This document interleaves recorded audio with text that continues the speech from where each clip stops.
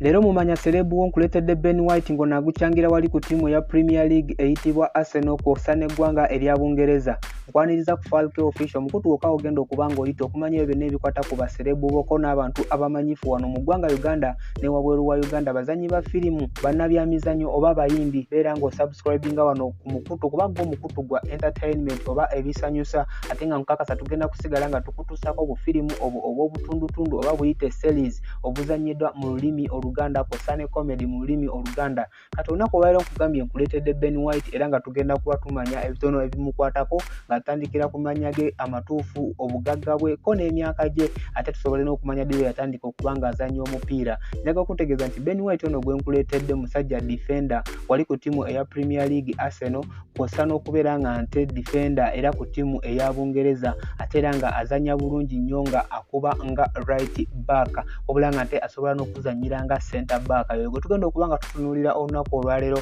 tumanye biki ebimukwatako. Amannya agali ku mujoozi oba amannya agamanyiddwa obulungi ye Ben White, wabula nga amannya ge amatuufu ye Benjamin William White. Yazaalibwa ennaku z'omwezi zaali 8 omwezi gwali gwa 10 omwaka gwali gwa 1997, nga twogerera ssaawa zino mu 2024 alina emyaka egy'obukulu giri 27, era nga njagala okutegeeza nti ono Ben White nzaalwa ya Bungereza, wabula nga omujoozi gw'ayambala ku ttiimu eya Arsenal ko n'eggwanga erya Bungereza ayambala jersey number 4, wabula nga omusaala gwe buli wiiki afuna emitwalo giri 15 egya euro eba ssente eza Bungereza, wabula gwe eyandyetaze okuba nga ttiimu yo emwagala oba Arsenal webanga emutunda obukadde buli 55 obwa Bulaaya. Omwana mulenzi ono eddiini gy'agoberera ye ya Christian family, era nga njagala okutegeeza nti omulimu ogumuwa ssente gwe gw'okuba nti muzannyi wa mupiira. Musajja mukulu ono Ben White obuwanvu bwe ali fuuti 6 n'obutundutundu kamu, era nga azitowa kilograms ziri 77. Bazadde ba mwana mulenzi ono Ben White, taata we ayitibwa Barry White ate nga maama we ayitibwa Carol White. Ben White ono alina muganda we omu era nga mulenzi ayitibwa Sam White, ate era nga njagala okutegeeza nti musajja mukulu ono mufumbo era nga girlfriend we ayitibwa Millie Adams. Ben White emizannyo egisinga okuba nga gimunyumira kuliko tennis, hockey wamu ne cricket.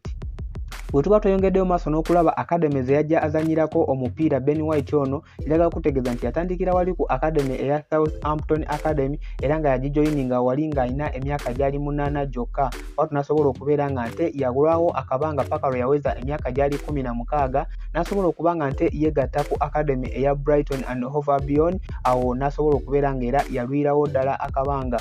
Watu Ben White yasobola okuba nga nte asayininga ne ttiimu enkulu eya Brighton and Hove Albion, n'asobola okubeera nga nte atandika okuba nga nte agizanyira omupiira nga professional footballer. Nga bwe ngambye nti professional career yagitandikira wali mwaka gwali gwa 2016 ku ttiimu eya Brighton bwe yalina emyaka gyali 18, oluvannyuma lw'okuba nti yali ayise mu academies ez'enjawulo okwali Southampton Academy wamu ne Brighton Academy. Wano nasobola okubeera nga nte yatandika okuba nga azannya professional football ye awo ku ttiimu eya Brighton, era nga njagala okuba nga nkutegeeza nti ezimu ku ttiimu zasobodde okuba nga Ben White azannyirako omupiira, kugambye yatandikira ku ttiimu eyo eya Brighton omwaka gwali gwa 2016 paka bwe yavaayo omwaka gwali gwa 2021, wabula mu kabanga ako ng'ali ku Brighton yasobola okuba nga aloningibwa mu ttiimu ez'enjawulo. Ben White ono ebbanga lye yazannyira ku Brighton kugambye yaliwo omwaka gwali gwa 2016 paka 2021, era bw'atyo yasobola okuba nga azanya emipiira gyali 41 mu competition zonna ng'ali mujoozi gwa Brighton, naye ate nga teyasobola kuba nga nte ateebayo goolo. Wabula bwe yali ku looni ku ttiimu eya Newport County mu mwaka gwali gwa 2017 paka 2018 nga ali ku looni okuva ku Brighton, yasobola okuba nga nte azanya emipiira gyali 42, watu nasobola okuba nga yateebamu goolo yali emu. Mu mwaka ogwa 2019 Ben White ono yali wali ku Peterborough United era nga nawo yali ku looni nga avudde mu Brighton. Watu yasobola okuba nga yazanya emipiira gyali 16, nasobola okuba nga nte yateeba goolo yali emu yokka. Mu mwaka ogwa 2019-2020 yali wali ku Leeds United era nga nawo yali avudde ku looni okuva ku ttiimu eya Brighton, era bwatu yasobola okubeera nga nte azanya emipiira gyali 46, nasobola okuba nga nte yateeba goolo yali emu.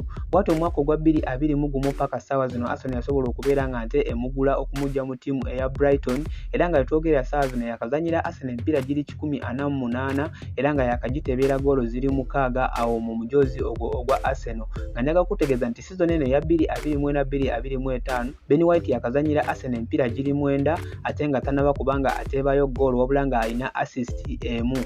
nga bwe ngambye nti Ben White yatandika okuzannya omupiira oguli professional omwaka gwali gwa 2016 nga nawe twogerera ssaawa zino akyazannya. Nja kusaba gwe omuwagizi w'omupiira era ng'oli muwagizi wa Ben White ko n'omuwagizi wa Arsenal obeere nga nte olikinga vidiyo no ate nga nkusaba teweerabira kubanga osubscribinga ku Falke Official osobole okusigala nga ofuna vidiyo ezifaanagana nga eno. Njagala kutegeeza nti Ben White yakawangula ebikopo bibiri byokka era nga kwebyo kuliko ekya championship title mu mwaka ogwa 2019-2020 bwe yali wali nga azannyira ttiimu eyo eya Leeds we yaliyo ku loan ng'ava mu ttiimu eyo eya Brighton. N'asobola okuba nga ekikopo ekyali kyeyawangula kyekyo ekya Community Shield Arsenal bwe yali nga ekuba Man City ku final eya 2023. Byebyo ebikopo byokka Ben White by'alina. So nga nte bwe tuba tweyongeddeyo maaso n'okumanya ebirabo byazze nga awangula nga ye omuzannyi, Ben White ono yawangula award eya Newport County Player of the Year mu mwaka ogwa 2017-2018, n'awangula Leeds United Young Player of the Season mu mwaka ogwa 2019-2020, n'awangula PFA Team of the Year mu mwaka ogwa 2019-2020 era nga yalabikira ne ku Championship PFA Team of the Year mu season ya 2019-2020, n'awangula ne award eya Brighton Player of the Season mu 2020 mugumu. Watu nasobola n'okuba nga yawangula award eya The Athletic Premier League Team of the Season mu 2023-2024. Bwe tuyongera mu maaso n'okumanya ebyobugagga bya Ben White mu mwaka guno ogwa 2024, njaga kutegeeza nti ebyobugagga bya Ben White bikubisibwamu miliyoni 2 eza dola oba kye tuyinza ogamba $2 million mu mwaka guno ogwa 2024.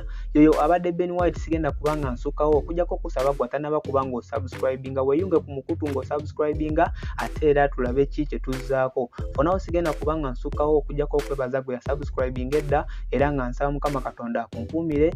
Fonawo, bye bye.